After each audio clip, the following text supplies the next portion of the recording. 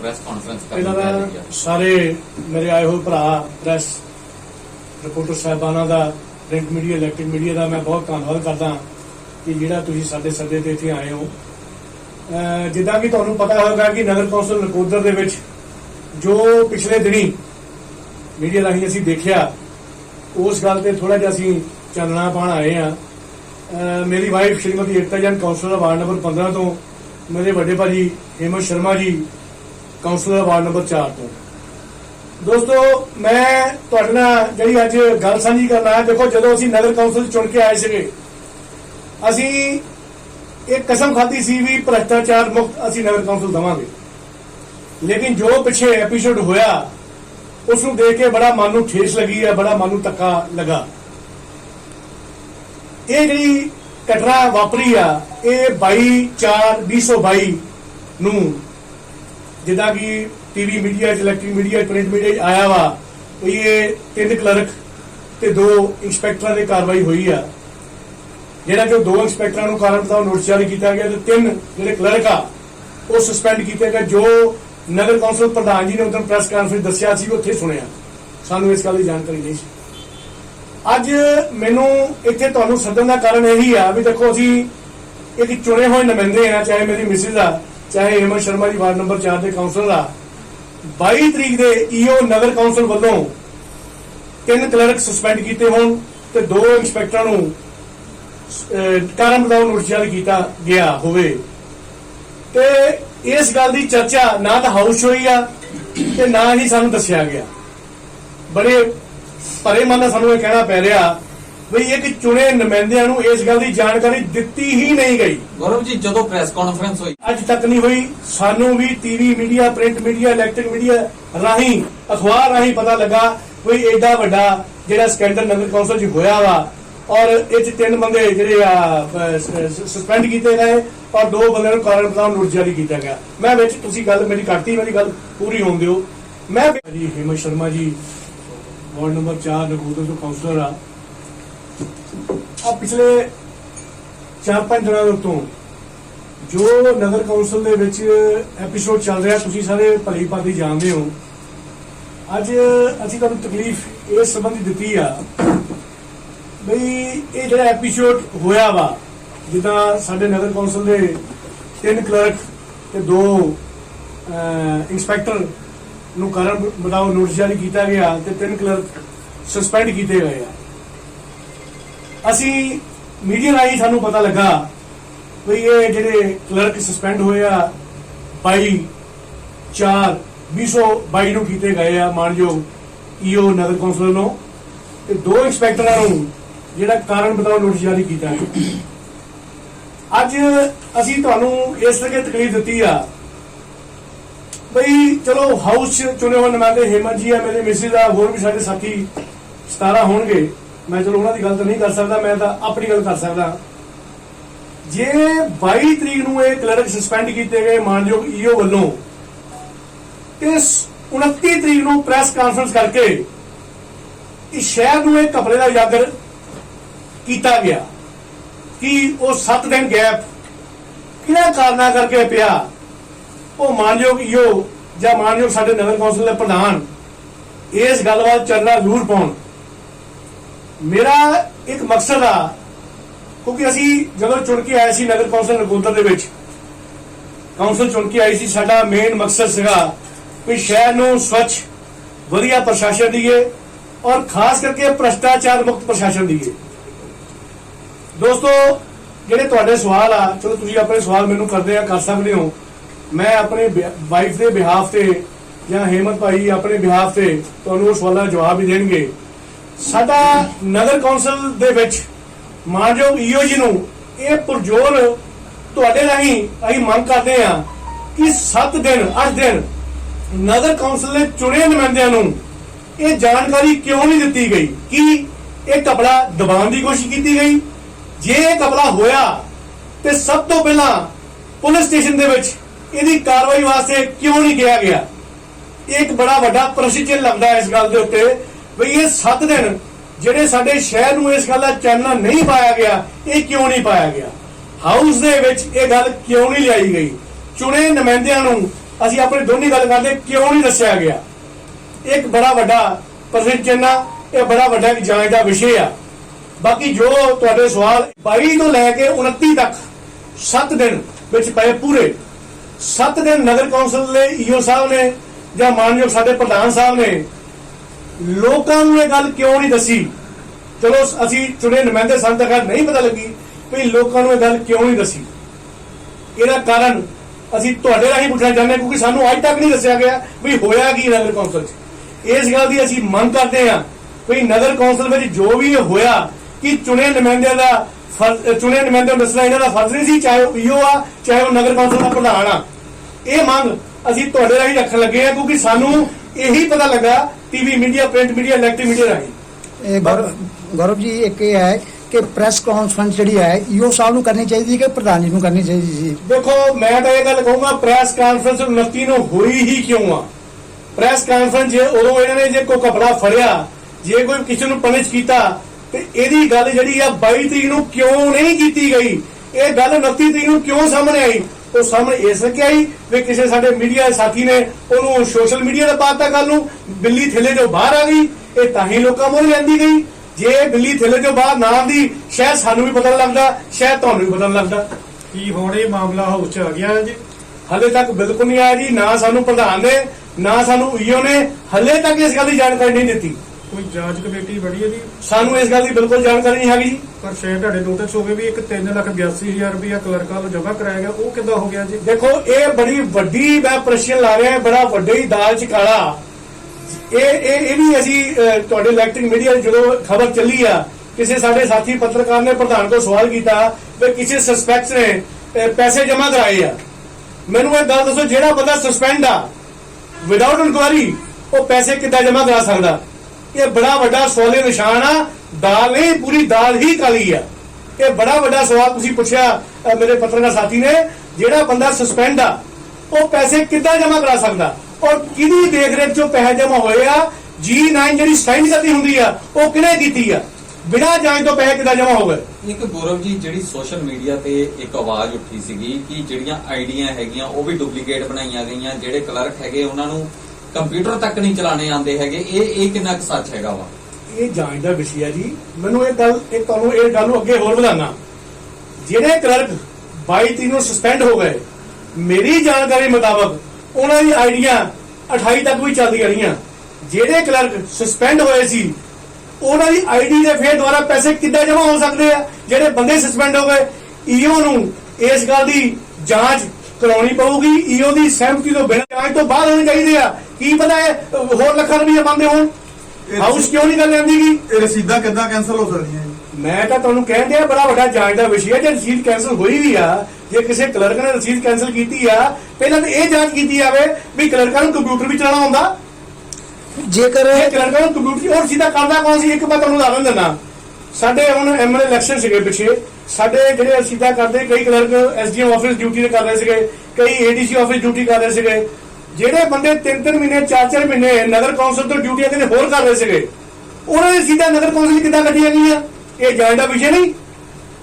ਇਹ ਕਿੱਡਾ ਵੱਡਾ ਜਾਂਚ ਦਾ ਵਿਸ਼ਾ? ਜਿਹੜਾ ਬੰਦਾ 3 ਮਹੀਨੇ ਆਪਣੇ ਸੀਟ ਤੇ ਨਹੀਂ ਬੈਠਾ, ਉਹ ਐਸਡੀਐਮ ਆਫਿਸ ਡਿਊਟੀ ਕਰ ਰਿਹਾ, ਏਡੀਸੀ ਆਫਿਸ ਡਿਊਟੀ ਕਰ ਰਿਹਾ, ਉਹਦੀ ਸਿੱਧਾ ਕਿੱਥੀਆਂ ਕੱਢੀ ਜਾਣ? ਹੁਣ ਕਿੱਦਾਂ ਕੱਢੀਆਂ ਗਈਆਂ? ਇਹ ਈਓ ਨੂੰ ਦਿਖਦਾ ਨਹੀਂ ਸੀ ਵੀ ਬੰਦਾ ਦਾ ਡਿਊਟੀ ਬਾਹਰ ਕਰ ਰਿਹਾ ਤੇ ਸਿੱਧਾ ਨਗਰ ਕੌਂਸਲ ਨਕੋਦਰੇ ਕੱਟ ਹੋ ਰਹੀਆਂ। ਇਹਦੀ ਜਾਂਚ ਕੌਣ ਕਰੂਗਾ? ਸਰ ਇਦਾਂ ਹੈ ਕਿ ਜਿਹੜੀ ਆ ਆਪਣੇ ਕਲਰਕ ਦੀਆਂ ਯੋਗਤਾਵਾਂ ਜਿਹੜੀਆਂ ਹੈਗੀਆਂ ਉਹ ਅੱਜ ਕੱਲ ਜਿਹੜੀ ਆ ਉਹ ਕਿੱਥੇ ਤੱਕ ਯੋਗਤਾ ਕੀ ਹੈ ਕਲਰਕ ਦੇ? ਨਹੀਂ, ਯੋਗਤਾ ਤੁਸੀਂ ਸਟੱਡੀ ਦੀ ਗੱਲ ਕਰ ਰਹੇ ਹੋ? ਨਹੀਂ, ਯੋਗਤਾ ਜਿਹੜਾ ਕਲਰਕ ਭਰਤੀ ਕਰਦੀ ਹੈ ਨਗਰ ਕੌਂਸਲ, ਉਹਦੀ ਯੋਗਤਾ ਕੀ ਹੈ? ਨਹੀਂ, ਯੋਗਤਾ ਤੇ ਇਸ ਗੱਲ ਦੀ ਚਲੋ ਮੈਨੂੰ ਨਹੀਂ ਪਤਾ। ਯੋਗਤਾ +2 ਤੇ ਜਾਂ BA ਹੋਊਗੀ ਯੋਗਤਾ, ਇਹ ਤਾਂ ਕੋਈ ਸਵਾਲ ਨਹੀਂ ਬਣਦਾ। ਉਸਦਾ ਜਿਹੜਾ ਕਲਰ ਰੱਖਿਆ ਗਿਆ ਉਹ ਸਵਾਲ ਵੀ ਨਹੀਂ ਉਹ ਮੇਰਾ ਸਵਾਲ ਨਹੀਂ ਹੈ, ਉਹ ਸਰਕਾਰ ਦੇਖੇਗੀ। ਕਹਿਣ ਦਾ ਭਾਵ ਇੱਕ ਯੋਗਤਾਵਾਂ ਦੇ ਮੁਤਾਬਕ ਜਿਹੜੀ ਹੈ ਭਾਜੀ ਤੁਹਾਡੀ ਪੂਰਾ ਨਹੀਂ ਕਰਦਾ। ਉਹ ਸਵਾਲ ਤੁਹਾਡਾ ਨਹੀਂ ਕਰਦਾ। ਆਈਡੀਆਂ ਦੀ ਜਾਂਚ ਨਹੀਂ ਹੋਣੀ ਚਾਹੀਦੀ? ਬਿਲਕੁਲ ਹੋਣੀ ਚਾਹੀਦੀ। ਇਹ ਕਿਤੇ ਜਿਹੜੇ ਮੁਲਾਜ਼ਮ ਸਸਪੈਂਡ ਕੀਤੇ ਗਏ ਆ, 5 ਮੁਲਾਜ਼ਮ ਸਸਪੈਂਡ ਕੀਤੇ ਗਏ, 4 ਦੀ ਆਈਡੀਆਂ ਬਣੀਆਂ, ਠੀਕ ਹੈ ਜੀ। ਬਾਕੀ ਮੁਲਾਜ਼ਮ ਆਈਡੀਆਂ ਜਾਂਚ ਕਿਹਨੇ ਕਰਦੀ ਹੈ? ਜੇ 2020 ਦੇ ਵਿੱਚ ਕੰਪਿਊਟਰ 'ਚ ਕੰਮ ਹੋਇਆ ਸਾਰਾ ਤੇ 2020 ਤੋਂ ਬਾਅਦ ਦਾ ਜਿਹੜਾ ਪਿਛਲਾ ਕੰਮ ਆ ਉਹਦੀ ਜਾਂਚ ਕਿਹਨੇ ਕਰਦੀ ਹੈ? ਹੋ ਸਕਦਾ ਕਿ ਹੋਰ ਕਪੜੇ ਨਿਕਲਣ। ਵਿਆਨ ਸਾਹਿਬ ਦੇਖੋ ਹੋਰ ਕੁਐਸਚਨ ਨਹੀਂ ਪਤਾ ਕਿ ਕਹਿੰਦੇ ਜੀ ਚੰਡੀਗੜ੍ਹ ਤੋਂ ਸਾਨੂੰ ਜਿਹੜਾ PIMGC ਜਿਹੜੀ ਕੰਪਨੀ ਆ ਵੀ ਉਹਦਾ ਫੋਨ ਆਇਆ ਤੁਹਾਨੂੰ ਲੱਗਦਾ ਵੀ ਇਹ ਜਿਹੜਾ ਉੱਥੋਂ ਫੋਨ ਆਇਆ ਤੇ ਕਾਰਵਾਈ ਹੋਈ ਆ ਭਾਜੀ, ਜਾਂ ਵੀ ਇੱਥੇ ਜਿਹੜੇ ਵੀ ਇਹਨਾਂ ਨੂੰ ਪਤਾ ਹੀ ਨਹੀਂ ਵੀ ਇਹ ਮੇਰੇ ਭਾਜੀ ਪਹਿਲੀ ਗੱਲ ਜੋ ਮੈਨੂੰ ਜਾਣਕਾਰੀ ਆ, ਫੋਨ ਦੇ ਵਿੱਚ ਜੇ ਆਪਾਂ ਕਰਦੇ ਆ ਇੰਨੀ ਕਾਰਵਾਈ ਨਹੀਂ ਹੁੰਦੀ। PMIDC ਪੰਜਾਬ ਸਰਕਾਰ ਨੇ ਜੇ ਕੋਈ ਕਬਲਾ ਫੜਿਆ, ਜੇ ਕੋਈ ਟੈਂਸਲੈਸ ਰੀਤਾ ਫੜੀਆਂ, ਉਹ ਬਕਾਇਦਾ ਮੇਲ ਕਰਦੇ ਜਾਂ DC ਨੂੰ ਜਾਂ ADC ਨੂੰ ਲੈਟਰ ਕਰਦੇ ਵੀ ਆਹ ਪ੍ਰੋਬਲਮ ਆ ਗਈ ਆ। ਇਹ ਫੋਨ ਦਾ ਕੀ ਅਥੈਂਟਿਕ ਪ੍ਰੂਫ ਆ ਤੁਹਾਨੂੰ ਫੋਨ ਆਇਆ ਜੀ? ਗੌਰਵ ਜੀ ਕੋਈ ਮੈਂ ਮੰਨਦਾ ਨਹੀਂ ਇਹ ਗੱਲ ਫੋਨ ਆਊਗਾ। ਇਸ ਤੋਂ ਪਹਿਲਾਂ ਹਾਊਸ ਨੇ ਨਹੀਂ ਕਦੀ ਕਿਹਾ ਮੁਲਾਜ਼ਮਾਂ ਦੀ ਕੋਈ ਸ਼ਿਕਾਇਤ ਆਈ ਹੋਵੇ? ਬਿਲਕੁਲ ਜੀ, ਮੇਰੇ ਇਸ ਬਾਰੇ ਮੈਂ ਮੇਰੇ ਸਾਥੀ ਦਾ ਹਿੰਮਤ ਸ਼ਰਮਾ ਇਹ ਤੁਹਾਨੂੰ ਇੱਕ ਬੜੀ ਵੱਡੀ ਗੱਲ ਦੱਸ ਰਿਹਾ ਜੀ। ਇਹ ਜਿਹੜੀ ਮੈਂ ਗੱਲ ਕਹਿ ਰਿਹਾ ਵਾਂ, ਇਹ ਦੀਵਾਲੀ ਦੇ ਦਿਨਾਂ ਦੀ ਗੱਲ ਆ ਜੀ, ਜਿਹੜੇ ਪਿਛਲੇ ਵਾਰ ਦੀਵਾਲੀ ਨਿਕਲ ਕੇ ਗਈ ਆ। ਸਾਡੇ ਨਗਰ ਕੌਂਸਲ ਨੇ ਤਹਿਬੀਰੀ ਵਿਭਾਗ ਨੇ ਇਹ ਸ਼ਹਿਰ ਚੋਂ ਜਿਹੜੀ ਉਹ ਇਕੱਠੀ ਕਰਦੇ ਹੁੰਦੇ ਆਪਾਂ ਤਹਿਬੀ ਵਾਲੀ, ਉਹਦੀ ਕਲੈਕਸ਼ਨ ਕੀਤੀ ਸੀਗੀ। ਤੁਸੀਂ ਉਹ ਮੰਨਣਾ ਨਹੀਂ, ਜੋ ਸਾਨੂੰ ਪਤਾ ਲੱਗਾ ਆਫ ਦਾ ਰਿਕਾਰਡ, ਉਹ ਕਲੈਕਸ਼ਨ ਜਿਹੜੀ ਆ 100 ਚ ਯਾਨੀ ਮੰਨ ਸਕਦੇ 1000 ਜਾਂ 2000 ਹੋਵੇ। ਇਸ ਸੰਬੰਧੀ ਜੋ ਸਾਡੀ ਜਾਣਕਾਰੀ ਆ, ਨਗਰ ਕੌਂਸਲ ਦੇ ਪ੍ਰਧਾਨ ਜੀ ਨੇ ਇੱਕ ਨੋਟਿਸ ਵੀ ਇਸ਼ੂ ਕੀਤਾ ਸੀਗਾ ਬਈ ਐਡਾ ਵੱਡਾ ਸ਼ਹਿਰ A ਕਲਾਸ ਕਮੇਟੀ ਹੋਵੇ ਤੇ ਉਹਦੀ ਆਮਦਨ ਜਿਹੜੀ ਆ ਤਹਿਬੀਰੀ ਵਿਭਾਗ ਨੇ ਕੀਤੀ ਆ ਦੀਵਾਲੀ ਦੇ ਦਿਨਾਂ ਵਿੱਚ, ਉਹ ਹਜ਼ਾਰਾਂ ਚ, ਕੋਈ ਚੰਦ ਹਜ਼ਾਰਾਂ ਚ, ਚੰਦ 100 ਚ 1800 ਰੁਪਇਆ ਲਓ ਜੀ, 1800 ਰੁਪਇਆ ਸਾਡੀ ਕਲੈਕਸ਼ਨ ਹੋਈ ਹੋਵੇ। ਇਸ ਗੱਲ ਦੀ ਅਸੀਂ ਮੰਗ ਕੀਤੀ ਵੀ ਇਹ ਉਦੋਂ ਜਾਂਚ ਕਰਨੀ ਪੈਂਦੀ ਸੀਗੀ ਵੀ ਐਡਾ ਵੱਡਾ ਜਿਹੜਾ ਇਹ ਕਪੜਾ ਹੋ ਰਿਹਾ ਵਾ ਯਾਰ, ਇਹਨੂੰ ਰੋਕਿਆ ਜਾਵੇ। ਲੇਕਿਨ ਕਿਸੇ ਨੇ ਸਾਡੀ ਗੱਲ ਵੱਲ ਧਿਆਨ ਨਹੀਂ ਦਿੱਤਾ। ਸਾਨੂੰ ਇਸ ਗੱਲ ਦਾ ਬੜਾ ਦੁੱਖ ਆ ਵੀ ਇਹ ਜੇ ਉਦੋਂ ਹੀ ਗੱਲ ਸਾਡੇ ਕਹਿਣ ਦੇ ਅਨੁਸਾਰ ਇਹਨੂੰ ਨੱਥ ਪੈਂਦੀ, ਸ਼ਾਇਦ ਅੱਜ ਬਹੁਤ ਪਹਿਲੇ ਘਟਾਲਾ ਫੜ ਹੋ ਸਕਦਾ ਸੀ। ਗੌਰਵ ਜੀ ਤੁਹਾਨੂੰ ਕੀ ਲੱਗਦਾ ਕਦੋਂ ਤੋਂ ਇਹ ਘਟਾਲੇ ਚੱਲ ਰਹੇ ਹੋਣਗੇ? ਦੇਖੋ ਜੀ, ਇਹਨਾਂ ਨੇ 2021 ਦੀ ਗੱਲ ਕੀਤੀ ਹੈ ਜੋ ਅਸੀਂ ਮੀਡੀਆ 'ਚ ਪੜ੍ਹਿਆ, ਕਿਉਂਕਿ ਸਾਨੂੰ ਤਾਂ ਕਿਸੇ ਨੇ ਗੱਲ ਸਾਂਝੀ ਕੀਤੀ ਨਹੀਂ, ਨਾ ਸਾਨੂੰ ਈਓ ਨੇ ਮਨਾ ਸਮਝਿਆ ਦੱਸਿਆ ਹਾਊਸ ਨੂੰ, ਨਾ ਸਾਨੂੰ ਪ੍ਰਧਾਨ ਨੇ ਮਨਾ ਦੱਸਿਆ ਸਮਝਿਆ। ਸਾਨੂੰ ਤਾਂ ਪਤਾ ਹੀ ਨਹੀਂ ਜੀ, ਸਾਨੂੰ ਤਾਂ ਤੁਹਾਡੇ ਚੈਨਲਾਂ ਰਾਹੀਂ ਪਤਾ ਲੱਗਾ, ਸਾਨੂੰ ਪਤਾ ਲੱਗਾ ਵੀ ਏਡਾ ਵੱਡਾ ਘਟਾਲਾ ਨਗਰ ਕੌਂਸਲ 'ਚ ਹੋਇਆ। ਵੱਡੀ ਗੱਲ ਬਣੀ ਜੀ, ਮੈਂ ਤੁਹਾਨੂੰ ਹੋਰ ਦੱਸਣ ਲੱਗਾ, ਜੇ ਜਿੱਦਾਂ ਹੁਣ ਤੁਸੀਂ ਦੱਸਿਆ ਵੀ 3,80,000 ਰੁਪਏ ਜਾਂ ਜਿੰਨਾ ਸਮਥਿੰਗ ਜਮਾ ਹੋਇਆ, ਉਹ ਸਸਪੈਂਡ ਕਲਰਕ ਕਿੱਦਾਂ ਜਮਾ ਕਰਾ ਸਕਦਾ? ਈਓ ਦੀ ਵਿਦਆਊਟ ਕੰਸੈਂਟ ਤੋਂ, ਈਓ ਦੇ ਵਿਦਆਊਟ ਲੈਟਰ ਤੋਂ ਕਿੱਦਾਂ ਜਮਾ ਕਰਾ ਸਕਦਾ? ਉਹ ਜਮਾ ਕਰਾਉਣ ਵਾਸਤੇ ਕਿਸ ਕਲਰਕ ਨੇ ਸਾਈਨ ਕੀਤੇ ਵੀ ਉਹ ਪੈਸੇ ਬੈਂਕ 'ਚ ਜਮਾ ਕਰਾਏ ਜਾਣ? ਹਾਂਜੀ, ਤੇ ਕਿਹਾ ਸੀ ਵੀ ਜਿਹੜੇ ਸਸਪੈਂਡ ਹੋਏ ਆ, ਜਿੰਨਾ ਇਹਨਾਂ ਕੋਲ ਵਸੂਲੀ ਹੋਈ 18% ਵਿਆਜ ਦੇ ਨਾਲ ਲਈ ਜਾਊਗੀ। ਦੇਖੋ ਜੀ, ਔਨ ਰਿਕਾਰਡ ਕਹਿੰਦੇ ਨਗਰ ਕੌਂਸਲ ਪ੍ਰਧਾਨ ਜੀ ਨੇ ਕਿਹਾ ਸੀਗਾ ਜੀ, ਮੈਂ ਤਾਂ ਇਹ ਗੱਲ ਕਰਦਾ ਵੀ ਇਹਦੀ ਜਾਂਚ ਕਿਹਨੇ ਕੀਤੀ ਆ? ਮੈਂ ਤੁਹਾਨੂੰ ਬਾਰ-ਬਾਰ ਇਹ ਗੱਲ ਸਮਝਾ ਰਿਹਾ ਢੀਂਗਰਾ ਸਾਹਿਬ, ਵੀ ਜਾਂਚ ਕਿਹਨੇ ਕੀਤੀ ਆ? ਆਪਾਂ ਜਾਂਚ ਕੇ 2021 ਦੀ ਕੀਤੀ ਆ, ਆਪਾਂ ਜਾਂਚ ਪਹਿਲੇ ਨਹੀਂ ਕਰਨੀ, ਆਪਾਂ ਜਾਂਚ ਬਾਅਦ ਨਹੀਂ ਕਰਨੀ। ਨਾਲੇ ਇਹ ਕਿੱਥੋਂ ਪਤਾ ਲੱਗਾ ਵੀ 3,80,000 ਰੁਪਏ ਜ਼ਮਾਨਾ ਬੰਦਾ ਹੋਰ ਬਣ ਨਹੀਂ ਸਕਦਾ? ਕਿਉਂ ਨਹੀਂ ਬਣ ਸਕਦਾ ਹੋਰ? ਕੀ ਸਰ ਮੰਗਾ ਹੁਣ? ਦੇਖੋ, ਮੰਗ ਮੇਰੀ ਇਹ ਆ, ਜਿਹੜੇ ਤਾਂ ਸਸਪੈਕਟਸ, ਜਿਹੜਾ ਨੇ ਤਾਂ ਗੁਨੇਗਾਰੀ ਕੀਤੀ ਆ, ਉਹਨਾਂ ਨੂੰ ਸਜ਼ਾ ਮਿਲਣੀ ਚਾਹੀਦੀ ਆ। ਜਿਹਨਾਂ ਨੇ ਕੀਤੀ ਨਹੀਂ, ਉਹਨਾਂ ਨੂੰ ਕਿਸ ਗੱਲ ਦੀ ਸਜ਼ਾ ਜੀ? ਜੇ ਆਈਡੀ ਜਿਹਨਾਂ ਨੇ ਨਹੀਂ ਕੀਤੀ ਜੀ, ਜੇ ਆਈਡੀ, ਚਲੋ ਮੈਂ ਨਾਂ ਨਹੀਂ ਕਿਤੇ ਲੈ ਰਿਹਾ, ਇਹ ਤਾਂ ਜਾਂਚ ਦਾ ਵਿਸ਼ਾ ਹੈ। ਇਹ ਜਾਂਚ, ਸੁਣੋ ਮੇਰੀ ਗੱਲ, ਇਹ ਜਾਂਚ ਜਿਹੜੀ ਹੁਣ ਤੁਸੀਂ ਗੱਲ ਕਰਦੇ ਹੋ ਆਈਡੀਆਂ, ਜਿਹੜੇ ਬੰਦਿਆਂ ਨੂੰ ਆਈਡੀਆਂ ਚਲਾਣੀਆਂ ਨਹੀਂ ਆਉਂਦੀਆਂ, ਜਿਹੜਾ ਬੰਦਾ ਐਸਜੀ ਆਫਿਸ ਡਿਊਟੀ ਕਰ ਰਿਹਾ, DC ਆਫਿਸ ਡਿਊਟੀ ਕਰ ਰਿਹਾ, ਉਹਨਾਂ ਦੀ ਆਈਡੀਆਂ ਚੱਲਦੀਆਂ ਨਹੀਂ ਆ, ਉਹ ਕਿਹਨੇ ਚਲਾਈਆਂ ਆਈਡੀਆਂ? ਇਹ ਜਾਂਚ ਦਾ ਵਿਸ਼ਾ ਨਹੀਂ। ਇਹ ਕੌਣ ਜਾਂਚ ਕਰੂਗਾ ਜੀ ਇਹਦੀ? ਇਹ ਈਓ ਦਾ ਫਰਜ਼ ਨਹੀਂ ਬਣਦਾ ਵੀ ਬੰਦਾ ਇੱਥੇ ਹੈ ਨਹੀਂ, ਉਹਦੀ ਆਈਡੀ ਚੱਲ ਰਹੀ ਹੈ। ਪੇਮੈਂਟ ਜੀ ਤੁਸੀਂ ਕੀ ਕਹਿਣਾ ਚਾਹੋਗੇ? ਸਭ ਤੋਂ ਪਹਿਲਾਂ ਤਾਂ ਮੈਂ ਪ੍ਰੈਸ ਦਾ ਧੰਨਵਾਦ ਕਰਦਾ ਹਾਂ ਕਿ ਤੁਸੀਂ ਇਸ ਪੱਕਦੇ ਹੋਏ ਮੁੱਦੇ ਦੇ ਵਿੱਚ ਸਾਡੇ ਕੋਲ ਆਏ ਹੋ। ਦੋਸਤੋ, ਮੈਂ ਤੁਹਾਨੂੰ ਇੱਕੋ ਗੱਲ, ਇਹੀ ਗੱਲ ਕਹਿਣਾ ਚਾਹਾਂਗਾ ਕਿ ਜਿਹੜਾ ਇਹ ਮੁੱਦਾ 22 ਤਰੀਕ ਨੂੰ ਉਜਾਗਰ ਹੋਇਆ ਸੀ, ਲੇਕਿਨ ਸਾਡੇ ਤੱਕ ਜਿਹੜੇ ਚੁਣੇ ਹੋਏ ਨੁਮਾਇੰਦੇ ਉਹਨਾਂ ਤੱਕ ਨਹੀਂ ਪਹੁੰਚਿਆ। ਇਹ ਸੋਸ਼ਲ ਮੀਡੀਆ ਦੇ ਥਰੂ ਜਦੋਂ ਗੱਲ ਨੂੰ ਹਾਈਲਾਈਟ ਕੀਤਾ ਗਿਆ, ਤਦ ਇਹ ਚਰਚਾ ਦਾ ਵਿਸ਼ਾ ਬਣਿਆ। ਤੇ ਉਸ ਤੋਂ ਬਾਅਦ ਵੀ 22 ਤਰੀਕ ਤੋਂ ਲੈ ਕੇ 29 ਤਰੀਕ ਨੂੰ ਜੇ ਪ੍ਰੈਸ ਕਾਨਫਰੰਸ ਵੀ ਕੀਤੀ ਗਈ, ਤਾਂ ਵੀ ਇਸ ਕੌਂਸਲ ਦੇ ਕਿਸੇ ਵੀ ਜ਼ਿਆਦਾਤਰ ਚੁਣੇ ਹੋਏ ਨੁਮਾਇੰਦਿਆਂ ਨੂੰ ਇਸ ਨੌਲੇਜ ਬਾਰੇ ਨੌਲੇਜ ਨਹੀਂ ਦਿੱਤੀ ਗਈ। ਮੈਂ ਇੱਕ ਗੱਲ ਜ਼ਰੂਰ ਕਹਿਣਾ ਚਾਹਾਂਗਾ ਕਿ ਇਹ ਜੋ ਮੁੱਦਾ ਹੁਣ ਭਖਿਆ ਹੈ, ਅਸੀਂ ਅੱਜ ਤੋਂ 10 ਮਹੀਨੇ ਪਹਿਲਾਂ ਹੀ ਆਪਣੇ ਪ੍ਰਧਾਨ, ਰਿਸਪੈਕਟਡ ਪ੍ਰਧਾਨ ਜੀ ਨੂੰ ਤੇ ਈਓ ਸਾਹਿਬ ਦੀ ਨੌਲੇਜ ਚ ਲਿਆਉਂਦਾ ਗਿਆ ਸੀ ਕਿ ਇਹ ਜਿਹੜਾ ਇਸ ਏਰੀਆ ਦੇ ਵਿੱਚ, ਇਸ ਡਿਪਾਰਟਮੈਂਟ ਦੇ ਵਿੱਚ ਬਹੁਤ ਜ਼ਿਆਦਾ ਕਰਪਸ਼ਨ ਹੋ ਰਹੀ ਆ, ਇਹਦੇ ਉੱਤੇ ਧਿਆਨ ਦਿੱਤਾ ਜਾਏ। ਮੈਨੂੰ ਤਾਂ ਇਹ ਨਹੀਂ ਸਮਝ ਆ ਰਹੀ ਕਿ ਜਦੋਂ ਸਾਡੇ ਸੋਸ਼ਲ ਮੀਡੀਆ ਦੇ ਵਿੱਚ ਇਹ ਗੱਲ ਸੁਲਗੀ ਤੇ ਈਓ ਸਾਹਿਬ ਕੋ ਜਾਂ ਸਾਡੇ ਰਿਸਪੈਕਟਡ ਪ੍ਰਧਾਨ ਜੀ ਕੋ ਕਿਹੜੀ ਡਿਟੈਕਟਿਵ ਇਹੋ ਜਿਹੀ ਏਜੰਸੀ ਆ ਕਿ ਇੱਕ ਹਫ਼ਤੇ ਦੇ ਵਿੱਚ ਉਹਨਾਂ ਨੇ ਇਹ ਤਾਂ ਇਹ ਗੱਲ ਕਹਿ ਰਿਹਾ ਕਿ PMIDC ਵੱਲੋਂ ਸਾਨੂੰ ਟੈਲੀਫੋਨ ਆਇਆ। ਟੈਲੀਫੋਨ ਆਉਣ ਦੇ ਨਾਲ ਕੀ ਗੱਲ, ਇਹਨਾਂ ਨੇ ਇਨਕੁਆਇਰੀਆਂ ਕਰ ਲਈਆਂ। ਅਸੀਂ ਇਸ ਸ਼ਹਿਰ ਦੇ ਚੁਣੇ ਹੋਏ ਨੁਮਾਇੰਦੇ ਆ, ਸਾਡੀ ਗੱਲ ਵੱਲ 10 ਮਹੀਨੇ ਤੋਂ ਕੋਈ ਗੌਰ ਨਹੀਂ ਕੀਤਾ ਗਿਆ। ਜੇ ਰਿਸਪੈਕਟਡ ਪ੍ਰਧਾਨ ਜੀ ਰਿਸਪੈਕਟਡ ਈਓ ਸਾਹਿਬ ਅੱਜ ਤੋਂ 10 ਮਹੀਨੇ ਪਹਿਲਾਂ ਇਸ ਮੁੱਦੇ ਵੱਲ ਧਿਆਨ ਦਿੰਦੇ ਤੇ ਸ਼ਾਇਦ ਜਿਹੜੇ ਨਜਾਇਜ਼ ਕਲਰਕਾਂ ਦੇ ਉੱਤੇ ਅੱਜ ਇਹ ਗਾਜ ਡਿੱਗੀ ਆ ਉਹ ਗਾਜ ਨਾ ਡਿੱਗਦੀ। ਸਾਡੇ ਨਗਰ ਕੌਂਸਲ ਦੇ ਕੌਂਸਲਰਾਂ ਉੱਤੇ ਜਿਹੜੀ ਸਵਾਲੀਆ ਨਿਸ਼ਾਨ ਉਠਾਇਆ ਜਾ ਰਿਹਾ ਇਹ ਨਾ ਉਠਾਇਆ ਜਾਂਦਾ। ਸਾਡੇ ਨਕੋਦਰ ਸ਼ਹਿਰ ਦੇ ਵਿੱਚ ਜਿਹੜਾ ਨੁਕਸਾਨ ਸਾਡੇ ਹੋਇਆ ਵਾ ਉਹ ਨਾ ਹੋਇਆ ਹੁੰਦਾ ਤੇ ਕਲਰਕ ਜਾਂ ਇੰਸਪੈਕਟਰ ਜਿਨ੍ਹਾਂ ਦੀ ਅੱਜ ਬਦਨਾਮੀ ਹੋਈ ਆ ਉਹ ਬਦਨਾਮੀ ਨਾ ਹੋਈ। ਇਹਦੇ ਵਿੱਚ ਮੈਂ ਗੁਨਾਹਗਾਰ ਕਹਾਂਗਾ ਸਾਡੇ ਰਿਸਪੈਕਟਡ ਈਓ ਸਾਹਿਬ ਬੇहद ਗੁਨੇਗਾਰ ਨੇ, ਉਹਨਾਂ ਦੇ ਨਾਲ ਨਾਲ ਸਾਡੇ ਪ੍ਰਧਾਨ ਜੀ ਜਿਨ੍ਹਾਂ ਨੂੰ ਅਸੀਂ ਹਰ ਗੱਲ ਦੀ ਨੌਲੇਜ ਦਿੱਤੀ ਕਿ ਇਸ ਮੁੱਦਿਆਂ ਦੇ ਵਿੱਚ ਇਸ ਜਗ੍ਹਾ ਦੇ ਉੱਤੇ ਕਰਪਸ਼ਨ ਹੋ ਰਹੀ ਆ। ਉਹਨਾਂ ਨੇ ਸਾਡੀ ਗੱਲ ਵੱਲ ਧਿਆਨ ਨਹੀਂ ਦਿੱਤਾ, ਲੇਕਿਨ ਸੋਸ਼ਲ ਮੀਡੀਆ ਵੱਲੋਂ ਗੱਲ ਚੱਕੀ ਗਈ ਜਦੋਂ, ਉਦੋਂ ਉਹਨਾਂ ਨੇ ਰਾਤੋਂ ਰਾਤ ਇੱਕ ਹਫ਼ਤੇ ਦੇ ਵਿੱਚ ਪਤਾ ਨਹੀਂ ਆਪਣੀ ਈਓ ਸਾਹਿਬ ਨੂੰ ਬਚਾਉਣ ਵਾਸਤੇ, ਪਤਾ ਨਹੀਂ ਕਿਸੇ ਹੋਰ ਹਾਇਰ ਅਥਾਰਟੀ ਨੂੰ ਬਚਾਉਣ ਵਾਸਤੇ, ਪਤਾ ਨਹੀਂ ਇਹ ਨਜਾਇਜ਼ ਕਲਰਕਾਂ ਨੂੰ ਵੀ ਵਿੱਚ ਵਸਾਇਆ ਗਿਆ। ਅਸੀਂ ਇਸ ਹੱਕ ਦੇ ਵਿੱਚ ਨਹੀਂ ਕਿ ਗੁਨੇਗਾਰ ਨੂੰ ਸਜ਼ਾ ਨਾ ਮਿਲੇ। ਜਿਹੜੇ ਬੰਦੇ ਨੇ ਗੁਨਾਹ ਕੀਤਾ ਵਾ ਉਹਨੂੰ ਸਜ਼ਾ ਮਿਲਣੀ ਚਾਹੀਦੀ ਆ, ਉਹਦੀ ਜਾਂਚ ਹੋਣੀ ਚਾਹੀਦੀ ਆ। ਲੇਕਿਨ ਅਸੀਂ ਇਹ ਵੀ ਗੱਲ ਕਵਾਂਗੇ ਕਿ ਨਜਾਇਜ਼ ਕਿਸੇ ਵੀ ਸਾਡੇ ਸਾਥੀ ਨੂੰ, ਸਾਡੇ ਕਿਸੇ ਬੁਲਾਈ ਨੂੰ ਉਹਦਾ ਹਰਜਾਨਾ ਨਾ ਭੁਗਤਣਾ ਪਏ। ਇਸ ਗੱਲ ਦੀ ਜਾਂਚ ਕਰਨ ਤੋਂ ਬਾਅਦ ਹੀ ਕਿਸੇ ਨਾ ਕਿਸੇ ਮੁੱਦੇ ਤੇ ਪਹੁੰਚਿਆ। ਜੀ ਤੁਹਾਨੂੰ ਕਿੱਦਾਂ ਲੱਗਦਾ ਕਿ ਜਿਹੜੇ ਕਲਰਕ ਹੈਗੇ ਆ ਉਹ ਬੇਕਸੂਰ ਹੈਗੇ ਆ? ਦੇਖੋ ਜੀ, ਇਹ ਜਿਹੜਾ ਐਡਾ ਵੱਡਾ ਮੁੱਦਾ ਨਿਕਲਿਆ ਹੈ ਇਹਦੇ ਵਿੱਚ ਕੋਈ ਨਾ ਕੋਈ ਗੱਲ ਤਾਂ ਜ਼ਰੂਰ ਹੈ, ਲੇਕਿਨ ਕਲਰਕਾਂ ਦੇ ਵਿੱਚ ਕਦੀ ਵੀ ਇੰਨਾ ਹੌਸਲਾ ਨਹੀਂ ਹੁੰਦਾ ਕਿ ਉਹ ਆਪਣੀ ਹਾਇਰ ਅਥਾਰਟੀ ਦੀ ਪਾਵਰ ਤੋਂ ਬਿਨਾ ਇਹੋ ਜਿਹਾ ਕੰਮ ਕਰਨ। ਇਸ ਕਰਕੇ ਮੈਂ ਤੇ ਕਹਾਂਗਾ ਕਿ ਇਹ ਇਕੱਲੇ ਜੇ ਵੀ ਸਾਰੇ ਜਾਂਚ ਹੋਣੀ ਚਾਹੀਦੀ, ਸਾਰਿਆਂ ਦੀ ਹੀ ਜਾਂਚ ਹੋਣੀ, ਸਿਰਫ ਸਾਡੇ ਕਲਰਕਾਂ ਦੀ ਨਹੀਂ ਹੋਣੀ ਚਾਹੀਦੀ, ਕਦੇ ਇੰਸਪੈਕਟਰਾਂ ਦੀ, A to Z ਡਿਪਾਰਟਮੈਂਟਾਂ the, A to Z ਅਫਸਰਾਂ ਦੀ ਇਨਕੁਆਇਰੀ ਹੋਣੀ ਚਾਹੀਦੀ। ਸ਼ਰਮਾ ਜੀ ਚਲੋ ਇਹ ਜਾਂਚ ਦਾ ਵਿਸ਼ਾ ਤਾਂ ਹੈਗਾ ਹੀ ਹੈਗਾ। ਇੱਕ ਜਿਹੜੇ ਸਸਪੈਂਡ ਹੋਏ ਨੂੰ 10 ਦਿਨਾਂ ਬਾਅਦ ਤਾਂ ਪ੍ਰਧਾਨ ਜੀ ਨੂੰ ਪਤਾ ਲੱਗਾ ਤਾਂ ਉਹਨਾਂ ਨੇ 11ਵੇਂ ਦਿਨ ਵੀ ਸ਼ਾਇਦ ਪ੍ਰੈਸ ਕਾਨਫਰੰਸ ਕੀਤੀ। ਤੁਸੀਂ ਇੱਕ ਜੁੜੇ ਹੋਏ ਨੁਮਾਇੰਦੇ, ਜਿਹੜੀ ਬਿਲਕੁਲ ਗੱਲ ਤੁਹਾਡੀ ਸਹੀ ਹੈ, ਤੁਹਾਡੇ ਪਾਰਟੀ ਦੇ ਉਹ ਮੈਂਬਰ ਵੀ ਹੈਗੇ ਆ, ਉਧਰ ਪ੍ਰੈਸ ਕਾਨਫਰੰਸ ਕੀਤੀ, ਤੁਸੀਂ ਪ੍ਰੈਸ ਕਾਨਫਰੰਸ 'ਚ ਵੀ ਨਹੀਂ ਆਏ। ਨਹੀਂ, ਸਾਨੂੰ ਕਾਲ ਨਹੀਂ ਕੀਤੀ ਗਈ। ਕੀ ਕਾਰਨ ਕੀ ਹੈ? ਪ੍ਰਧਾਨ ਜੀ ਇਦਾਂ ਦੀ ਗੱਲਾਂ ਤੁਹਾਡੇ ਤੋਂ ਕਿਉਂ ਲੁਕੋ ਕੇ ਰੱਖਦੇ ਆ ਜੀ? ਇਹਦੇ ਵਿੱਚ ਤਾਂ ਉਹ ਜਾਣਦੇ ਆ ਜਾਂ ਉਹਨਾਂ ਦਾ ਪ੍ਰਮਾਤਮਾ ਜਾਣਦਾ ਵਾ ਜੀ, ਲੇਕਿਨ ਸਾਨੂੰ ਇਸ ਗੱਲ ਦਾ ਪਤਾ ਹੈ ਕਿ ਅਸੀਂ ਆਪਣੇ ਸ਼ਹਿਰ ਵਾਸਤੇ ਨਿਤੜਕ ਹੋ ਕੇ ਖੜੇ ਆ। ਜਿੱਥੇ ਵੀ ਸਾਡੇ ਸ਼ਹਿਰ ਵਾਸਤੇ ਕੋਈ ਵੀ ਗੱਲ ਹੋਏਗੀ ਉਹ ਅਸੀਂ ਉਹਦੇ ਵਾਸਤੇ ਗੱਲ ਚੱਕਾਂਗੇ।